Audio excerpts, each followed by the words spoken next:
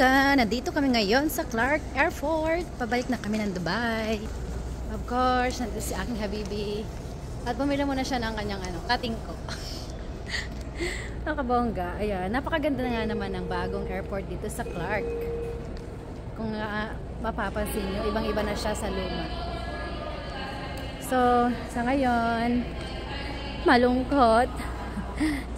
Opo, medyo malungkot talaga, lalo na ngayon pabalik na tayo ng Dubai ulit. Pero what to do, kailangan natin magtrabaho. Dahil dito sa Pilipinas, medyo mahirap kumita ng pera. Kung masipag ka naman dito sa Pilipinas, is madali lang naman kumita ng pera. Pero, mas mabilis kumita ng pera sa abroad, syempre. Siguro kaya lang naman marami tayong pera sa abroad kasi hindi tayo masyadong nag-shopping doon. Tipid-tipid, kumbaga. Pilipinas, kapag dito ka, gastos dito, gastos doon. Siyempre, ang aking mahal na asawa. Pag nasa ka, diba? Kapag nagbakasyon ka, gastos dito, gastos doon. Wala kang pake. Pero pag nandun ka sa ibang bansa, tipid na tipid. Sa mga kabongga, yan na ang aming airplane. Emirates. So, papunta na kami nito doon sa aming boarding.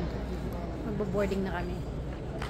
Kami yung mga bongga, 'di ba? Ang kapag nasa Dubai ka or nasa kahit sa ibang bansa ka, minsan umabot tayo sa punto na yung ulam natin scrambled egg na lang or sardinas. Bukod sa tamad tayo magluto dahil nga madalas mag-isa lang tayo or dalawa lang tayo. Or swerte na yung mga buo yung pamilya sa ibang bansa kasi mahirap talaga mag-isa sa ibang bansa or dalawa.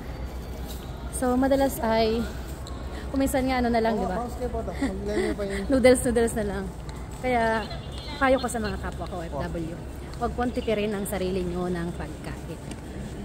Kung gusto nyo magtipid, ay bili kayo ng mga gulay, yung mga tigo $1 or 1 dirhams, mura-mura lang yun.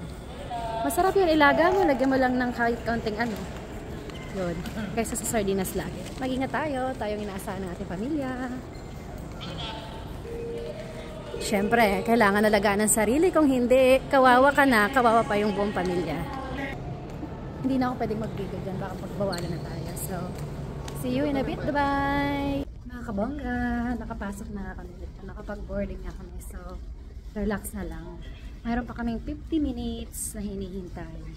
So, 50 minutes pa hinihintay namin. Dala-dala nga pala namin itong marshmallow pillow na para masarap ang tulog. So, yun yung airplane namin.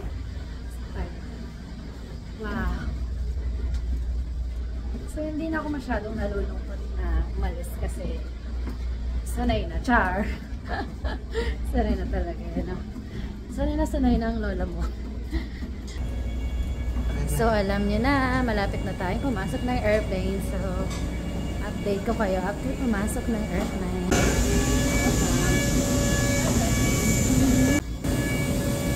So, yan, nakapag-boarding ng mga bongga.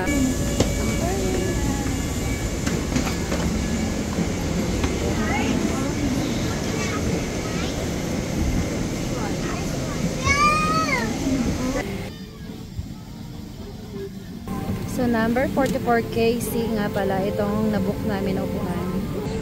44K, where are you? Mukhang dadaanan namin lahat itong airplane bago makarating ng 44K. Traffic muna kami. Pati po sa loob ng airplane traffic. So, nasa na ba ang 44KC? Mukhang malapit na. Malapit na ba tayo? 44KC, 41, 42, 43, 44. So, ito na. So, ayan na. Paalis na tayo mga kabangga. So, nakapuna kami. See you in a bit. Bye. Thank you for your attention. If you need a reminder of any of the safety steps, check the safety card in your seat pocket or ask us at any time. We're now going to make the final preparations for departure. So sit back, relax, and enjoy your Emirates flight. Our colleagues will be with you once we're airborne to ensure you receive our Fly Better experience. Thank you for flying Emirates.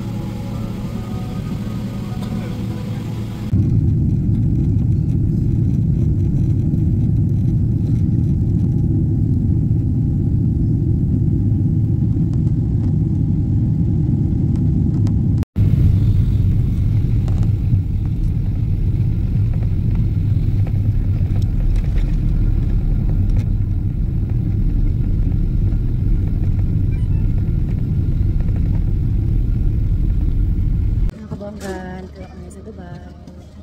Waiting na lang kami ng baggage. Kaya ng aking mahal na asawa. Sitting pretty lang tayo. Habang naghihintay ng baggage yung asawa ko, ay sitting pretty muna tayo. Medyo matagal kasing maghintay ng baggage din. So ayan po, dumating na yung isa naming box. Taran! So mga kabongga, thank God, safe kami nagka-landing dito sa Dubai.